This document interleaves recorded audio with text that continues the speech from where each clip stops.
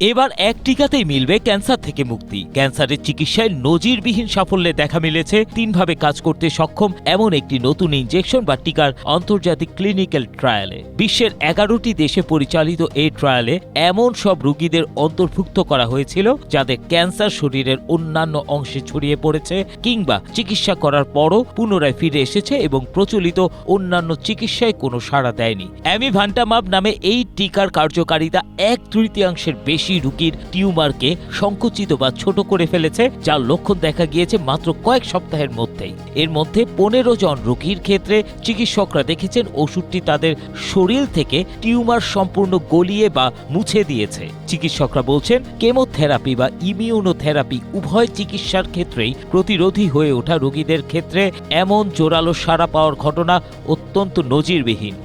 Strawberry super dotted ও classic ভ্যারিয়েন্টে sensation জাগুক শিহরণ। Johnson and Johnson কর্তৃক তৈরি এই অ্যামিভান্টামাব বর্তমানে প্রায় 60টি ক্লিনিক্যাল ট্রায়ালে মূল্যায়ন করা হচ্ছে, যার মূল ফোকাস ফুসফুসের ক্যান্সার হলেও এটি কোলন, মস্তিষ্ক ও পাকস্থলী ক্যান্সারের জন্য পরীক্ষা করা হচ্ছে।